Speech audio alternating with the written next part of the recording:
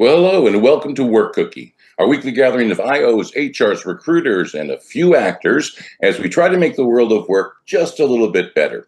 And LindaAnn, you're going to be leading us today in our discussion of communication in crisis, guiding your team through uncertainty. To me, there's almost two different things there. Guiding through your team through certainty is, once again, we're continuing to look at this, but communication in crisis, your team doesn't have to be in uncertainty. It seems we're almost living in a world where communication is often in crisis and it can lead to some real uncertainty. So, where are we going to take this discussion today? So I there's two aspects of it, I think, and that is, some of the information I'm dropping in the chat, Jeremy gathered, and the takeaway that I had in reviewing that is really they were focused mostly, not completely, but mostly on how are you working with your team to prepare them for those what they call black swan events, which is something that is you can't foresee, like 9/11 or some say the dot-com crisis or the housing crisis, the crash in '08, which I disagree. I think people foresaw that and did nothing about it. But that's an opinion, I imagine. And then, so they say that you can't really prepare for that because it's just so outside of what you can imagine in some cases, right? And the ones that I really kind of remember is the Tylenol crisis in, where for Johnson and Johnson, the Tylenol had been laced with cyanide in some areas, right? Like, I think there were 8 incidences of that. And I happened to remember that specifically because I had been sick at that time and I couldn't find anything on the shelves to reduce my fever. And because back in those days, there were no seals on things, right? That all those seals around all your products came after that and because of it, right? So that was one of the responses. But the only thing that I could find with that was sealed was what they called powders in the old days. It was a sealed thing, and it was just powder, like aspirin powder, and you had to, and but anyway, and then there was one with the Toyota crisis where they were having the accelerators get stuck and things like that. And so a lot of those I think are unforeseen. Some people I think could have seen some of that coming. But the real topic for today is how were the communications handled and how can you prepare your team to communicate for that? So go ahead. Aren't those, isn't that typically what we see happen, is that a crisis emerges and instead of opening the communication to try and resolve and work through it, we see organizations shutting communication down because we don't want people to know what's going on. Yeah, I think that in some cases that happens, and I don't know of any that was successful with. Yeah. Right? Usually it comes around and bites you in the butt somehow. Right? And so it's just like anything else. People don't go to jail for committing a certain crime, but they do go to jail for lying about the crime, right?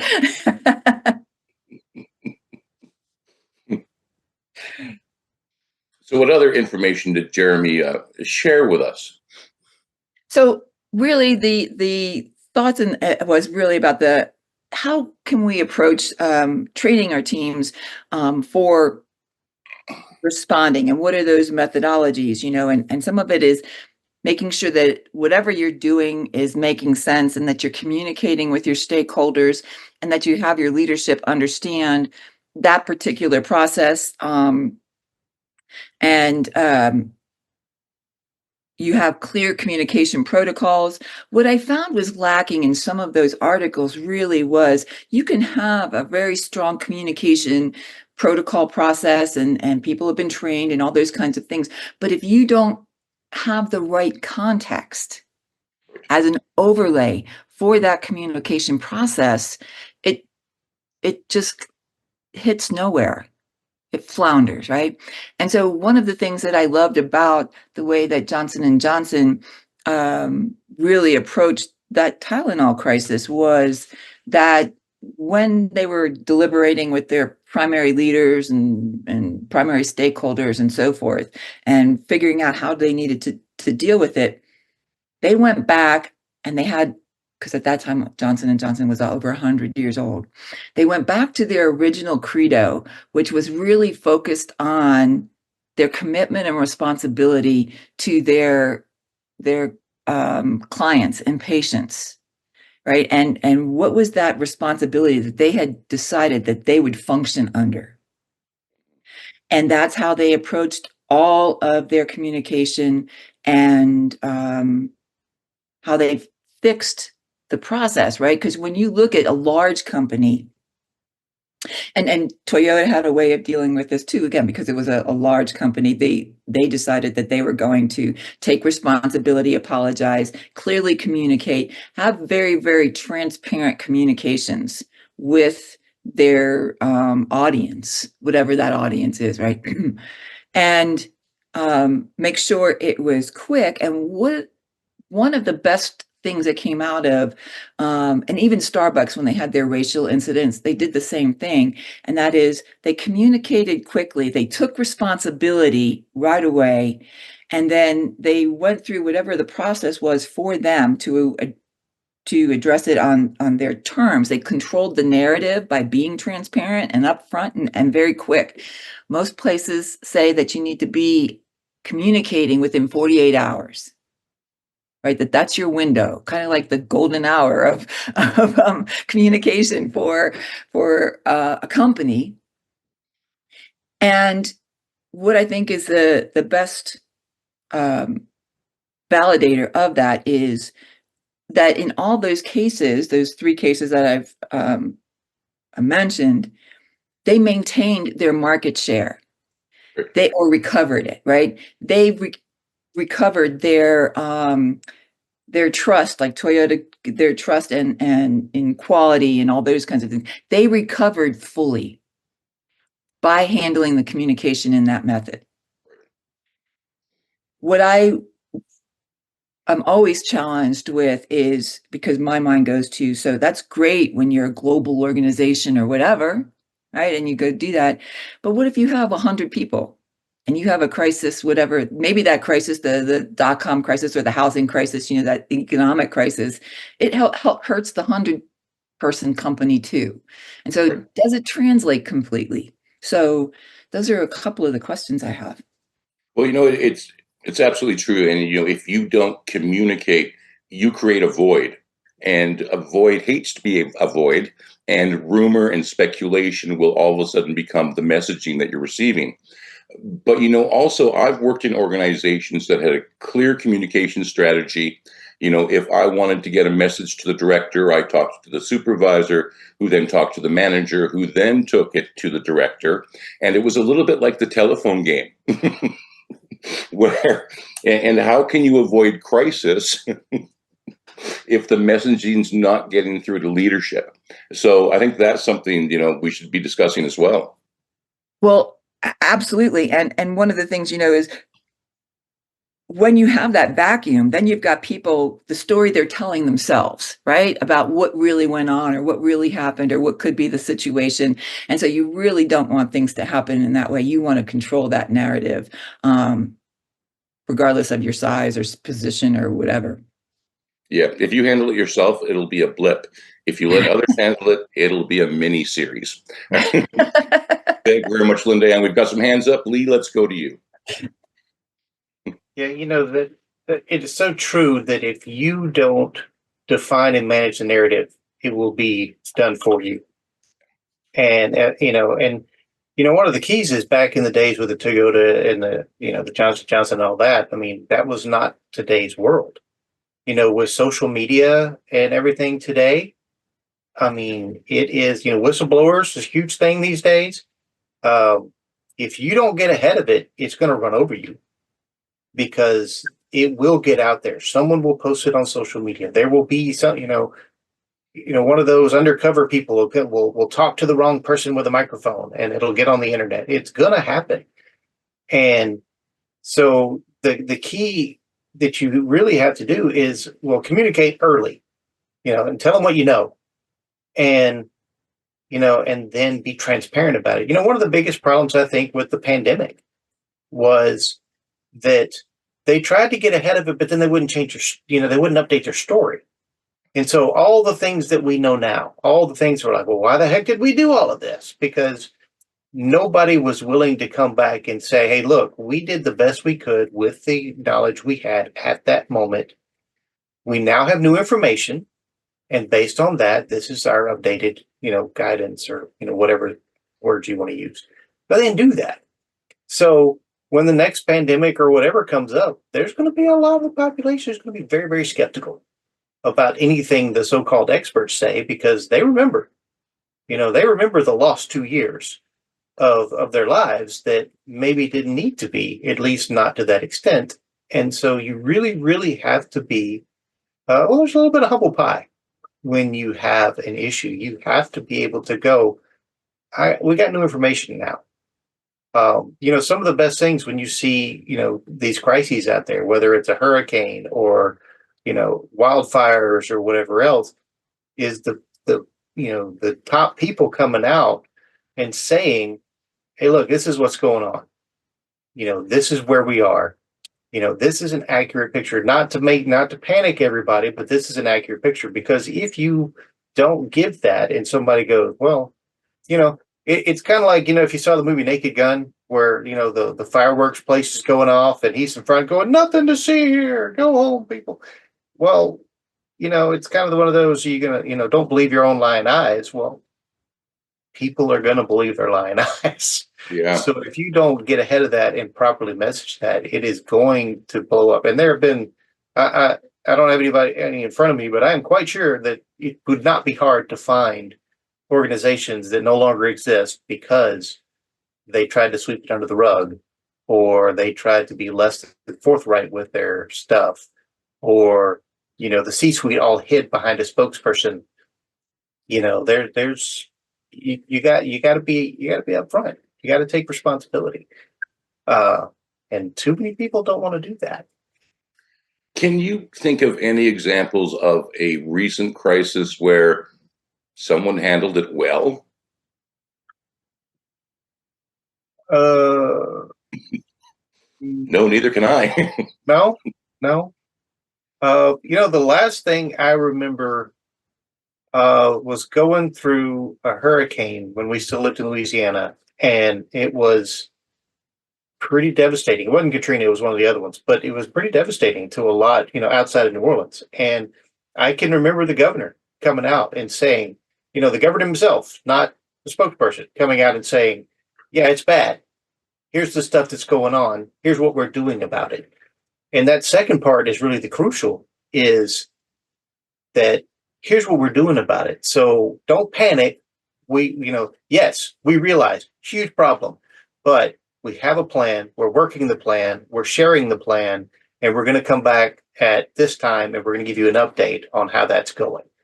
And that sort of thing cuts down on panic quite a bit. And it was refreshing, honestly, that, to have the person themselves, not their spokesperson, come out and say, look, this is what's going on. In that context, it almost feels like a failure in leadership, that leadership is there to communicate and take the lead, and they often don't. Well, yeah, I mean, at that point, we're using the term leadership loosely. Yes, we are. Thank you very much, Lee. Dr. Matt, let's go to you. What Lee was talking about and what LindaAnn was talking about, if you don't, when there is a crisis and a PR opportunity for your organization, if you don't have transparency and communication around that, and you think that you can sweep it under the rug, I would challenge you on your ability to understand human behavior, because people won't keep secrets. People like to have the dirt, to have the tea, to have the inside scoop.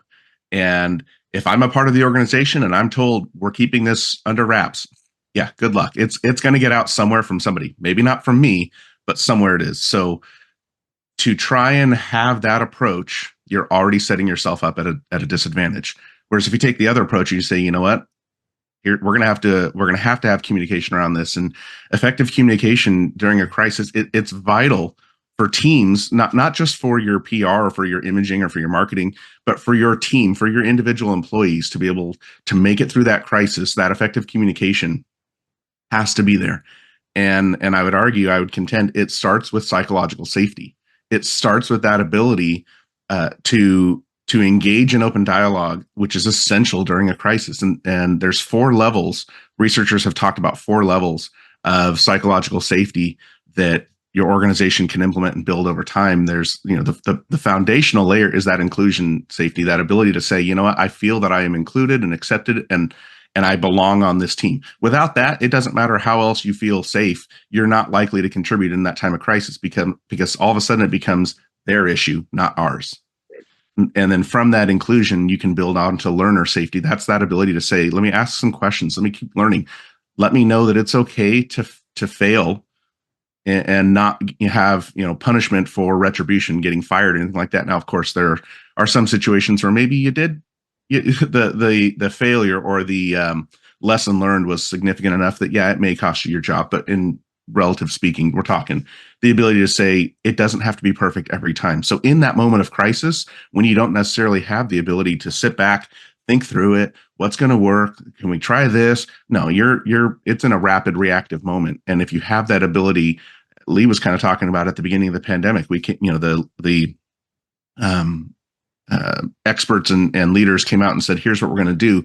And as more information was learned, the ability to say, we've now learned more information, and what we previously said is not as effective or is not accurate or whatever it might be. If you don't have that safety capability to be able to have that conversation, there's opportunities for your organization. But again, those are all the building that psychological safety is stuff that organizations would want to tackle before that crisis happens.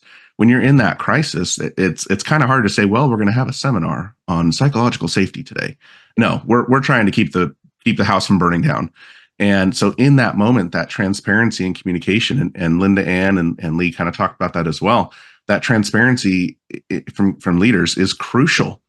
It can help reduce the anxiety. It can prevent those rumors from coming around, from people saying, well, we're not sure, but here's what I heard from Tom over in marketing. Well, let's have the transparency as best we can in that moment.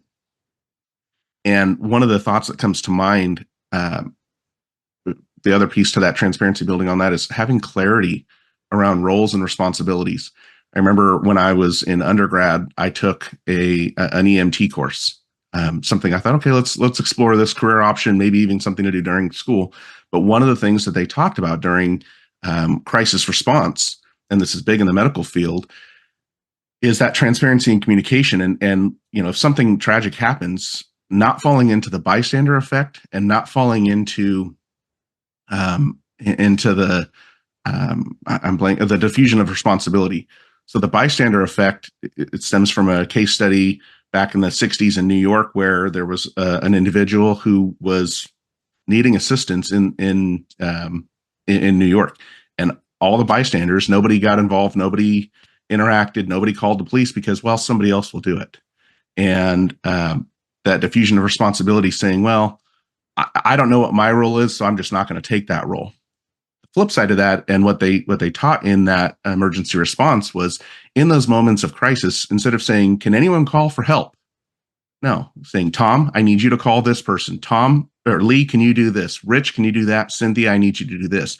Assigning specific roles, because that one, it avoids that diffusion of responsibility, but it also, those individuals may be stuck in a little bit of a paralysis by analysis.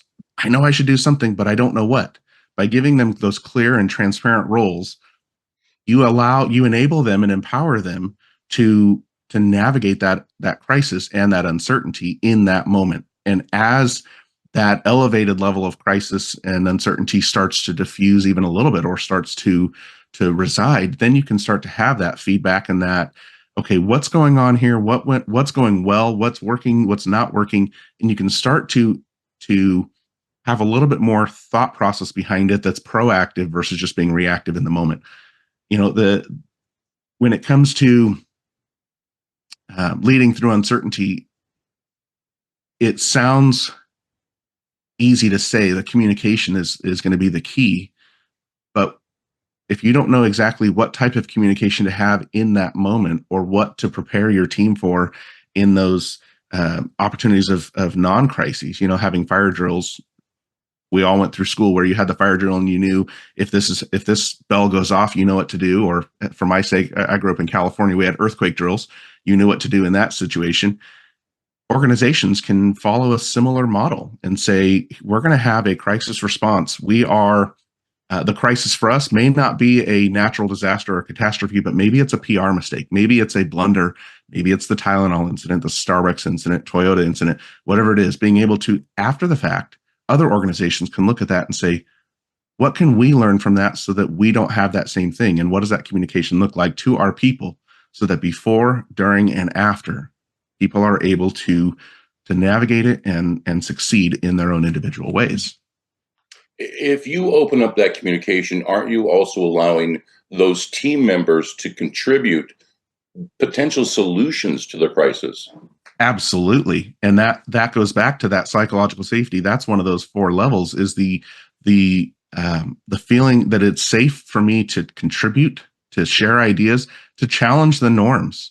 I may not be the CEO of the organization, but if I see something in that organization that I can say, hey, we kind of got a problem right here, we might want to fix it before it becomes a big issue. If I don't feel safe enough sharing that information, then it's never going to get shared, and that little seed festers and becomes something much bigger. So you're absolutely right. By encouraging and empowering your team to be a part of those conversations, you open up the diversity of thought and the opportunity that somebody may see that situation totally different. And all of a sudden it's like a slap to the forehead. You're going, oh my gosh, why did we not think of that? And now you have a solution before it becomes a big issue. Thank you very much for that, Dr. Matt. Dr. Martha, let's go to you. But before we start, congratulations on the new book. Do you want to give us a little plug on that? Thank you, Tom. Yes, I will.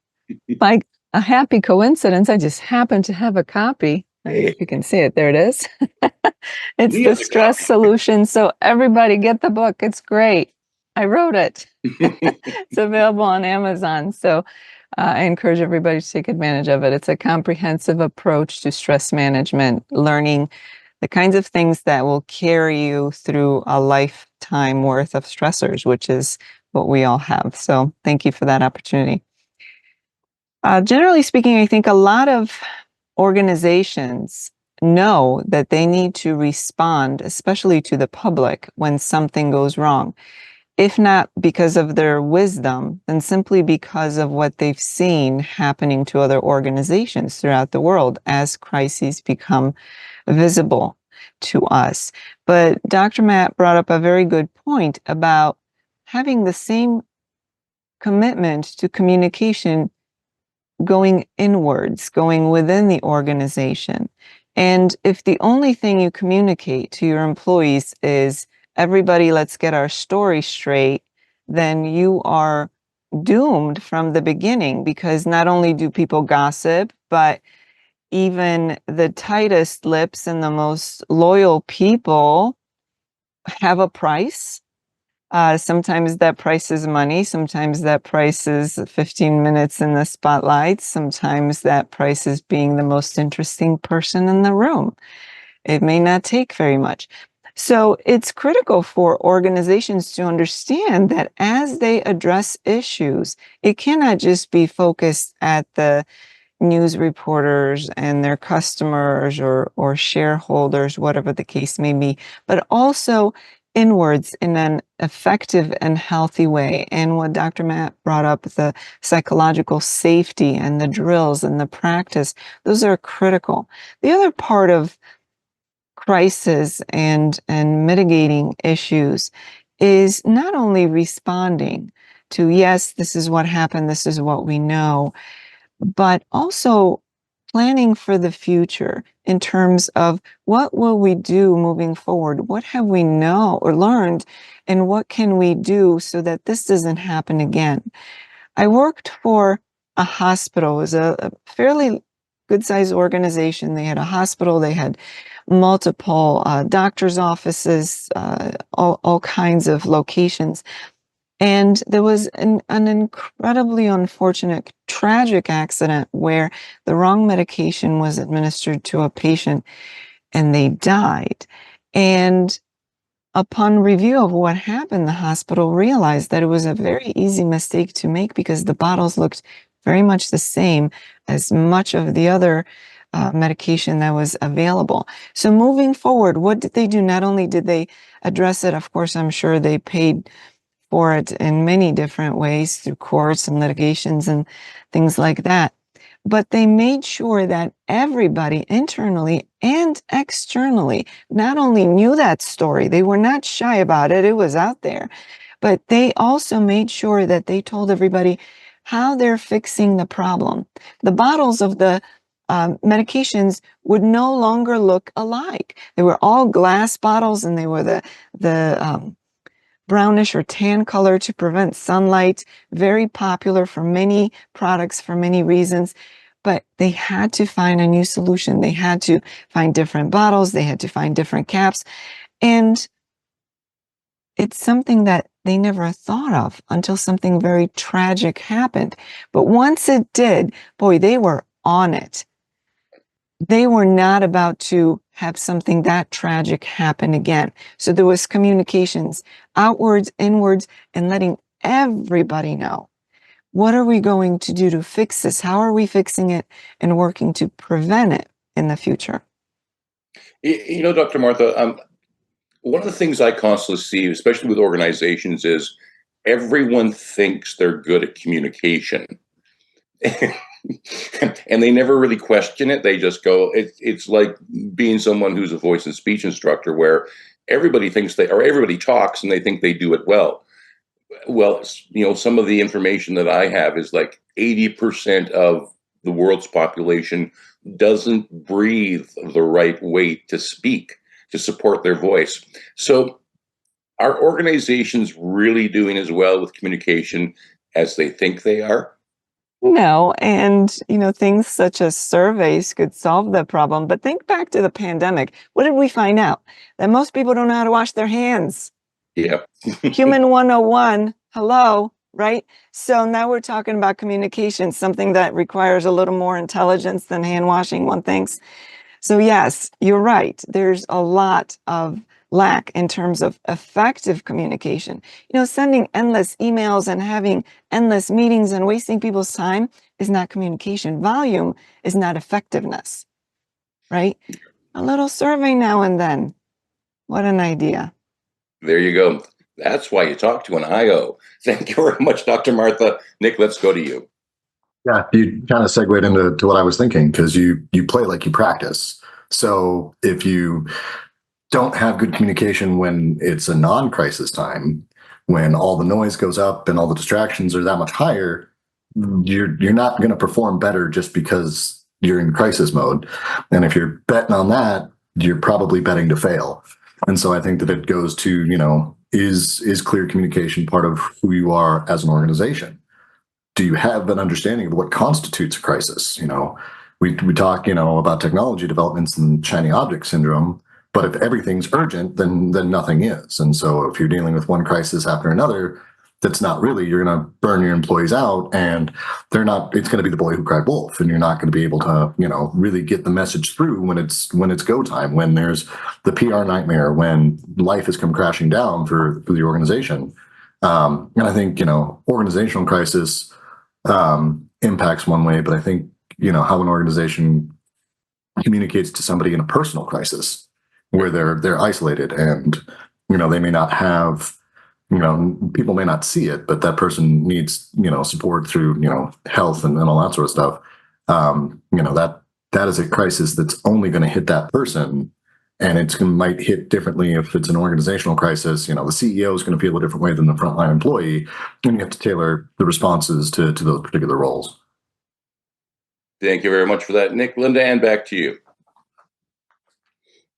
So a couple of points that I want to bring up, one from some of the articles, and then just, in response to what people have been saying, and that is one of the first things that people need to understand when you're communicating about whatever the event is that this is not normal, right? This is outside the norm, and we're doing the best we can, right? People are very willing to forgive, right? But not if you don't provide them with transparent communication, right? They're willing to forgive a mistake, whatever that is. But if you haven't been upfront, the ability to gain their trust back will take far longer than whatever it is that you anticipate might happen by being honest, right?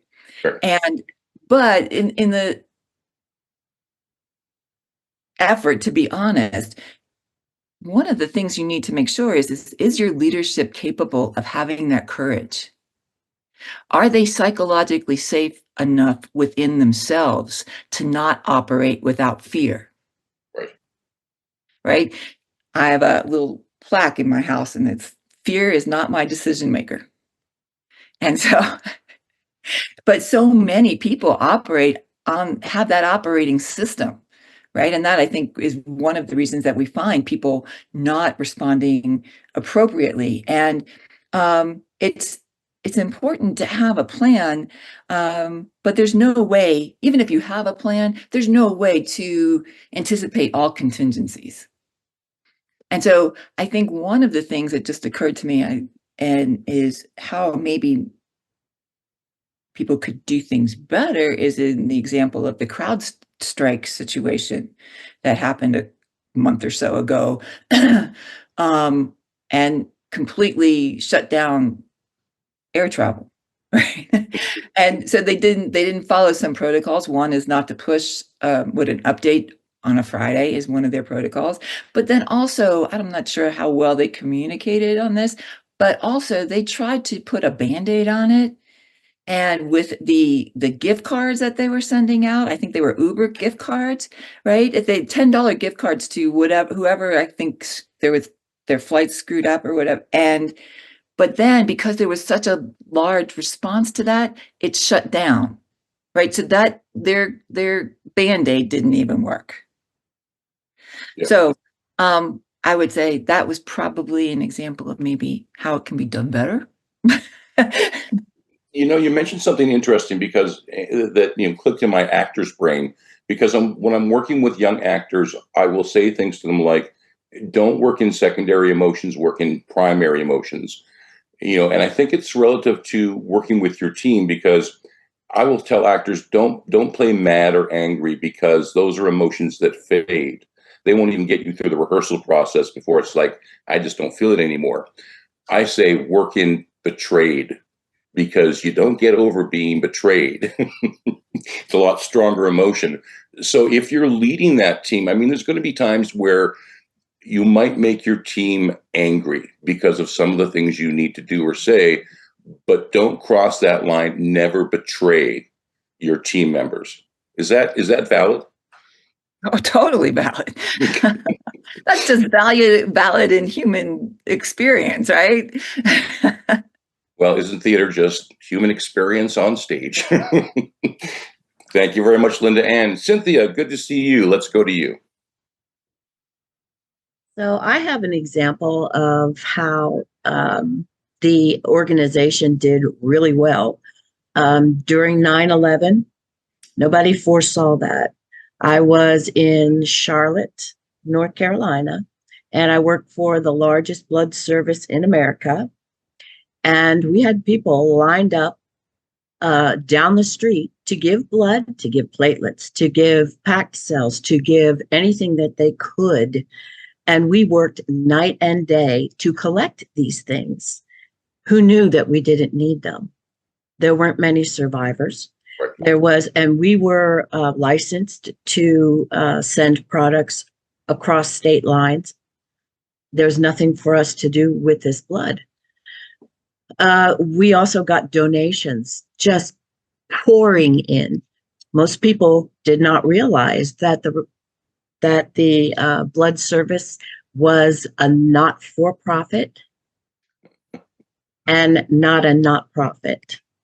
And so everybody is wondering, what we're doing with these donations, well, we bought freezers because if we couldn't use it, plasma can be sold and we would make money off of that. Because there's a lot of things you can do with plasma. That's why there are other plasma places. But when people came to donate to us, we could not give them money. There was no monetary anything. We can give you cookies and soda. Make sure you don't pass out walking out the door. Mm-hmm. But we had a very high profile president who came to us because we were the largest conglomeration in America. We got the most donations because the Southern people are really good at that.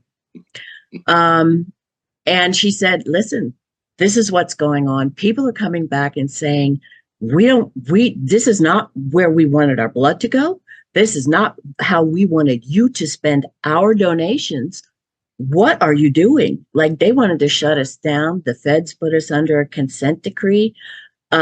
We had people coming in, making sure that we're doing the correct procedures when they knew nothing about it. We had JACO, we had the state, we had everybody descend on us.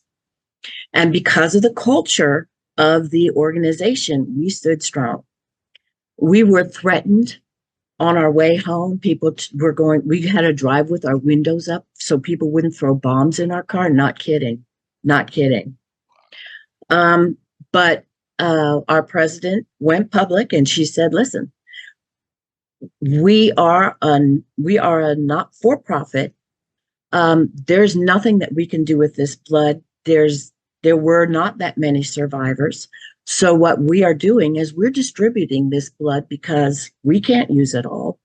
I mean, we had 3 cancer hospitals that were right there that took quite a bit.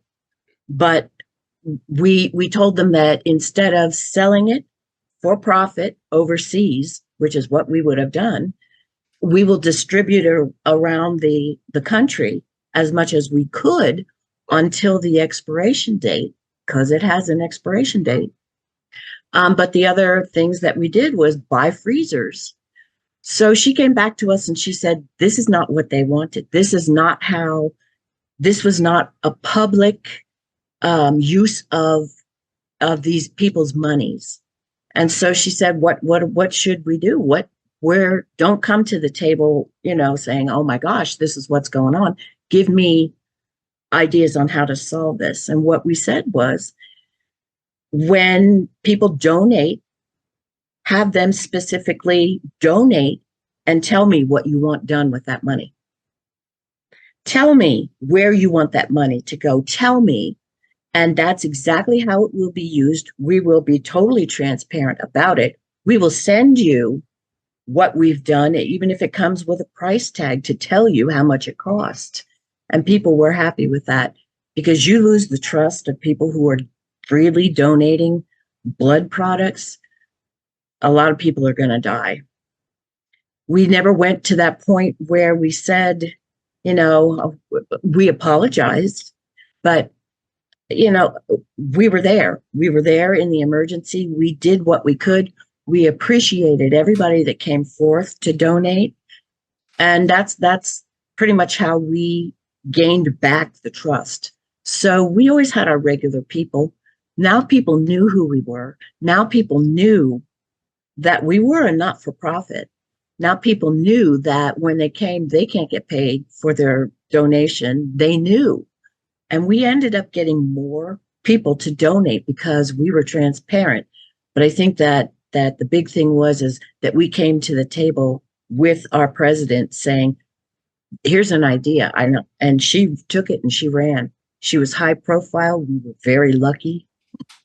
And she got the word out.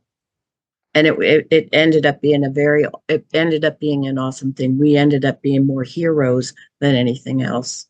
Well, and I'd love to ask you about, it sounds like it was coming from all sides, but to be in the organization, what was the feel in the organization to have leadership stand up and go? We were so proud. When I had to leave and give my resignation, I cried.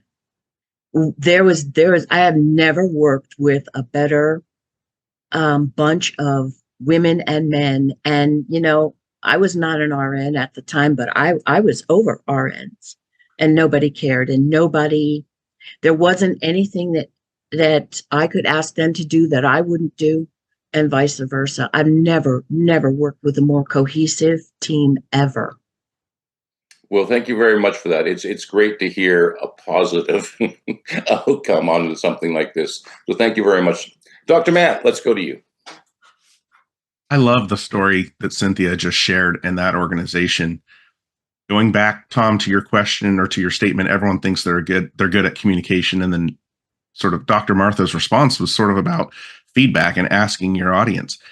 That's a great example. Cynthia, your story talked about not just the external crisis that your organization was responding to, but then the crisis within the organization that stemmed from the actions that were taken and the intent that was there, and the way that was handled and navigated. I mean, for you to look back on that and say, I'm so proud, that's a huge testament to those leaders and to their ability to navigate that crisis within a crisis within, I mean, just all sorts of stuff, as Tom put it, coming from all sides. And I'm reminded of, there's a quote that I've probably shared it here on the podcast a few times, but I've shared it with a number of clients. And it's around communication. What is it? It's the meaning of your communication is the result that you are getting. So, communication is about what is received, not necessarily about what's intended. So when your communication, when your PR team or your leaders go to your audience, whether it's to the employees or the stakeholders or the general public, and you say, we have our message, and you give your message, and it's meant with all the best intention. If it's not received that well, or if there's still questions that people have and uncertainty and doubt and fear, that communication piece, although it was intended to be very positive, may not be positive yet. And if there's a gap between what you're saying and what they're hearing, that's an opportunity to change the way that you're saying it, or to maybe go about a different approach. And, Cynthia, what you were talking, the organization being able to say, okay, look, let's share more information. We didn't know that we had to necessarily share this, but we are a not-for-profit. Here are some of the limitations, starting to go into more transparency around the barriers or the limitations that your organization was dealing with and facing. That within the organization, it's like, well, yeah, of course we can't sell it. We're a not-for-profit. But to the general public, if they didn't know that, until they know that, it starts to embed those seeds of distrust. Once that communication is transparent, you say, look, here are our boundaries within which we can work. Now, all of a sudden, that communication, the intention is still there, but the reception of that starts to change, and it starts to reinforce that transparency and that support and that trust in the organization. So I love that story that you shared. Tom, all of this reminds me, and Lee even put it in the chat, we always do the plug. This is why you should hire an IO. This conversation today about communication, this is why you should hire an IO and an actor and voice coach who can help you with your messaging and that clarity. So there's a plug for you as well, Tom. Thank you very much, Dr. Matt. And we do work as teams sometimes. So thanks very much. Rich, you're up next. Good to see you again. Thanks, Tom. Thank you very much. I was just thinking about what Dr. G was talking about earlier when Doctor, you mentioned the use of surveys, and there is there is evidence certainly in the 2020 edition of Organizational Development Review. They were talking about the use of surveys to inform leadership of how people are thinking, how people are feeling, what the actual issues are within the crisis. So I just wanted to kind of bring that forward, because to what Dr. Matt was just talking about and what he said earlier about those 4 stages, I think that does provide some contributor safety and some challenger safety, because you're actually, these people feel like they can actually let their feelings and their perceptions be known in a way that is not where they don't have to be confronted and they're not, put on the spot and that type of thing. Plus you have something that's, statistically sound, if you have the right, amount of respondents, right? So a well-crafted survey by an IO can help in that crisis situation. But let me ask you, Rich, because I've been in a number of organizations where surveys have come out, and you do the work of the survey, and you're going to get me in trouble, aren't you? This one. But the survey, we do the surveys. They're going to somebody, and you never hear anything about the survey again. And I can see some organizations thinking, I'm going to hire me one of those IOs. I'm going to hire Rich. He's going to come in. He's going to do a communication survey. And then they never see Rich again. So yeah, this is an ongoing process, and it doesn't just take one survey, does it? No. And so if we look at what communication's all about, right? So you have a message that needs to be conveyed. You have the message has to be decoded in a way that it can transfer across a communication channel, right? Within that communication channel, you've got interference, right? You've got things that are going to disrupt that message from getting to what Dr. Matt was saying, received, right? You have the receiver on the other end, and the receiver needs to decode that. And then there's the feedback loop that happens after that, right? So that's the system of communication here. One of the nice parts about a survey is that you actually kind of reduce some of the interference that happens here, because it's going from the person, it's already been decoded previously, right? So somebody understood it, and it's going directly to that receiver who was the one who crafted the survey to begin with, right? So, or had some element of that, right? Or at least understood and was trained in how to, read the results. But it's that feedback loop that may not happen, that, may hamper some of the further participation, in the survey. People want to know that they were heard. And but it's a double-edged sword there, right? Because they want to know that they were heard, but at the same time, they probably want to do this anonymously in some way too, right? Because they want to have that contributor safety. So, I don't know exactly how to navigate that, other than be, from a leadership standpoint, be open to the feedback, be open to what you get out of that survey, as long as it's a, valid and reliable instrument that you're using. And then, when decisions are made, though, be transparent and be willing to accept more feedback coming back, from those decisions.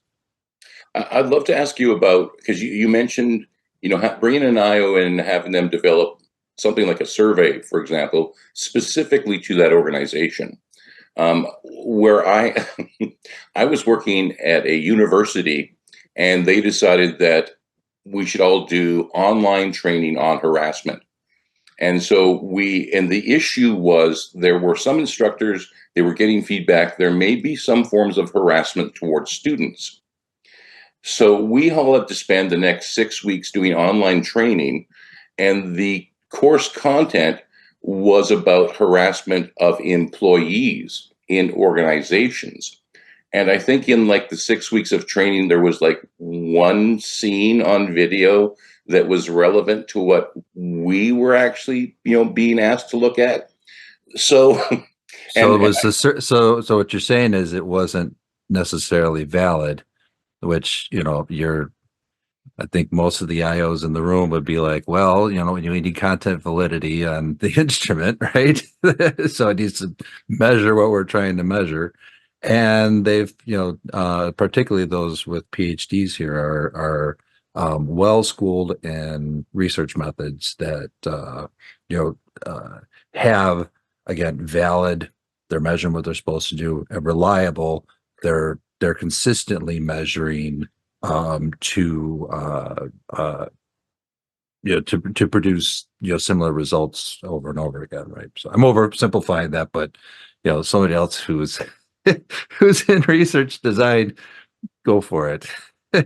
And ultimately, it was a huge waste of finances because it didn't hit the mark. Didn't hit the mark. Yep. There you That go. Thanks happens. yeah, it does. It seems to be happening a lot. Thank you very much, Rich. LindaAnn, let's go back to you. My most basic comment to organizations when they talk about surveys is don't ask questions you don't really want the answer to unless you're willing to take action on it, right? Right. You know, because I've seen that happen many times. And you know, if you ask a question, you need to be willing to act on whatever that response is and provide that feedback. And it's also important to allow yourself enough time to react. You know, larger organizations move a little slower. So annual surveys aren't necessarily helpful because you don't have time to do what you need to do to see the result, and it backfires on you on that. That's just my quick response to that last conversation.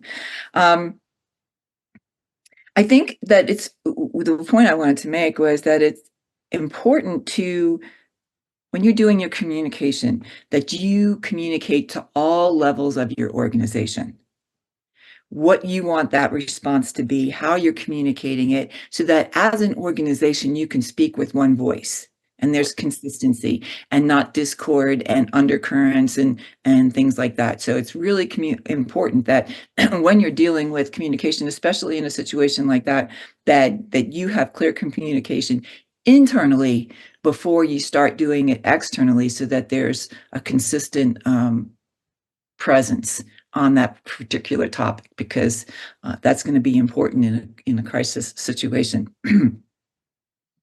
I think that let me see where there was one other point I wanted to make in that regard, and I'll wait and see if it comes back to me. Well, I got a question for you. Maybe it'll come to you in this question, but with your HR background, what's the role? Like, we talk a lot about, IOs and hire yourself a good IO, but HR is already in the organization. What, if any, is their role when it comes to conflict in the organization and that communication aspect between, leadership and the frontline workers? So you did an excellent job of prompting my memory. Because one of the things that I was going to say was that the communication message, what you want to put out there, it's also important that it's within the context of your organization value system and purpose, right? And so when you're dealing with people who might have some conflict where I see it this way or you see it that way, that's fine. You can have differentiating opinions, different opinions. But when we communicate as an organization, it's within this context for this purpose, and this is the values that are that is applied under, right? So that it's not just about your preference or his preference or opinion or those. These are the things that are our guiding forces as an organization, and we have our communication within that context. So to make sure that all works, does that live in the responsibility of the HR department? What's the role they can play?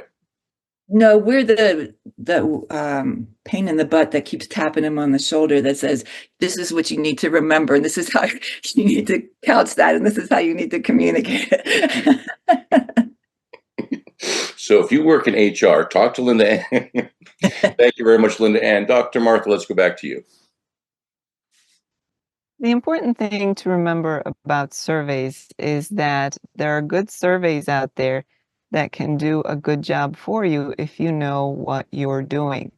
Oftentimes, organizations will opt out to get cheap and be sold some magic beans from someone who says, our survey is so great, a monkey could do it. But you know what? You don't hire a monkey to do your surveys. You hire people who are well trained in the business of doing surveys. So not only do you need the right survey, you have to start with, what is it that I'm trying to find out? Right? What are you looking for? Right? Just because somebody's survey is on sale doesn't mean that's the right survey. So first you need to know what it is that you're trying to find out. You have to have a professional, such as an IO, hook you up with the right survey, have them administer it, have them review and interpret the data, and then have them help you as the organization to use that data for the betterment of your organization and its people. You can't just do this piecemeal stuff and expect miracles. You get more surveys misused than anything else because they're not used correctly. They're not the right surveys. You're not asking the questions you want answers to. You hire people who have no business doing this, or you try to interpret stuff yourself. And oftentimes, once you do the survey, you're so sick of it all, you never do anything with the information. You need the right people to help you with all of those steps. So we can talk about surveys all day long, but if you as an organization are too cheap to do the right thing, you're going to get what you pay for. Be that in time, money, or effort. That's the bottom line. There's no way to pretty it up. Yeah, I've now seen some organizations trying to save money, so they send one employee to a workshop, and then they have that employee train everybody else. Like, well, there's 100 reasons that's going to go wrong for you. Thank you very much, Dr. Martha Lee. Let's go back to you. Oh man, so many good points. So, the people talk about not being able to afford a consultant or whatever, and my response to that is, can you afford not to?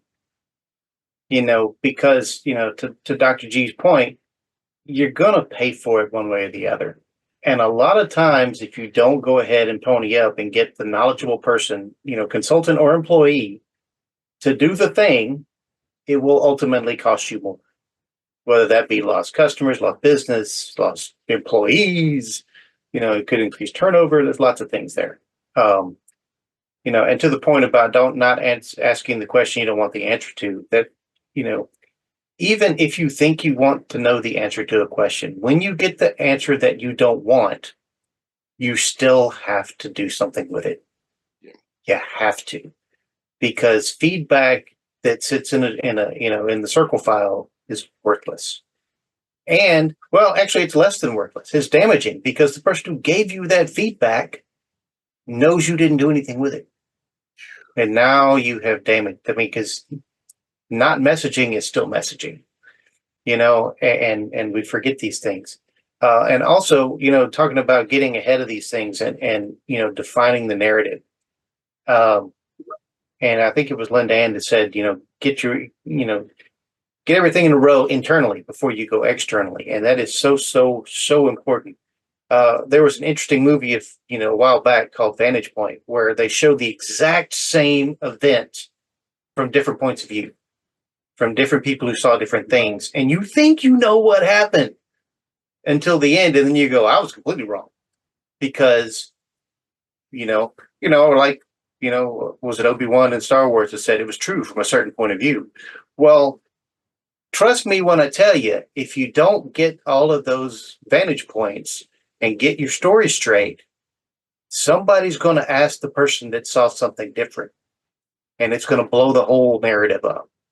So, ask the people, ask the players, get the stuff, get all the stuff together. They say, two stories, the truth somewhere in the middle.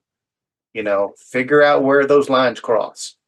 And then one last thing is, don't avoid the difficult conversations. Rip that Band-Aid off. Because if you don't, it's going to be worse when you finally are forced to address it. Where you could just have the uncomfortable conversation, you could get it fixed, you can move on, you guys could go have a cup of coffee, it's all good. But, or it could blow up and you could end up with like an OSHA, violation, or, a lawsuit, or somebody quits and then you end up on the front page of some paper. Don't avoid it. It sucks. We don't like it. I hate them as much as anybody, but it's going to hurt worse if you avoid it. Back to you, Tom. Well, thank you very much. I'm not going to avoid Dr. Matt. I'm going to go to him right away. 2 quick points, because I know we're getting to the top of the hour. To add one final piece on the survey aspect, quick show of hands, and for any of the audience out there or any of the listeners out there, feel free to raise your hand as well. How many of you had a survey that comes out and it says, this is an anonymous survey, and your first response is, yeah, right? Because we've all, and for those listening, almost every hand just went up, because we all know that feeling of, yeah, I don't believe that. So how do you as the organization get out in front of that? Well, as a couple of us have mentioned, when you bring in that third party or that external person, even if you don't want to bring in an external person, if you designate somebody that's a third party, that's a neutral, uninvolved component who can receive those and analyze those, who knows how to properly go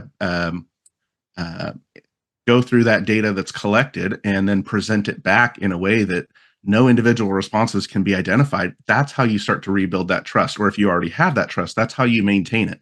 That's how you get that survey response to start getting authentic, genuine answers. That's how you start getting real, tangible information that we can now use to actually build forward and move in a positive direction. So just throwing that plug in there again to go off of everything that's been said around that survey piece. Having that neutral party be able to analyze it or look at it so that it protects that anonymous factor, because we've all been that employee or that person that says, I'm taking the anonymous survey. And then all of a sudden they say, hey, Tom, I know you said this and that. You're going, oh, crap. Well, there goes that. Tom's never doing a survey again. And the other piece, when we talked about LindaAnn and then Lee was just talking about, the getting our story straight. I'm going to challenge that just a little bit and throw in the typical IO answer and say, it depends. So another industry, the financial services industry, when there's a crisis, let's say a bank robbery, the first thing that they do is not get everyone together and, okay, we got the story straight. The training and the process, the response in that moment, and it is instilled with, it's instilled in the employees in some of their first trainings, is when this happens, know that it is a crisis situation. It is an elevated, sensitive, highly stressful situation. When that happens and you get notified, this is just what happened, we were robbed, write down whatever details you know by yourself before you talk to anybody else. Because all of a sudden, if we get together to get our story straight, well, Tom saw that the guy had a hat, but I didn't. And when we're all talking, I say, oh, the guy had brown hair. Tom's like, oh, he did have brown hair. You know what? Maybe I thought he had a hat. All of a sudden, that story gets convoluted. So there is that. That's where I say it depends on the context and it depends on the challenge or the crisis.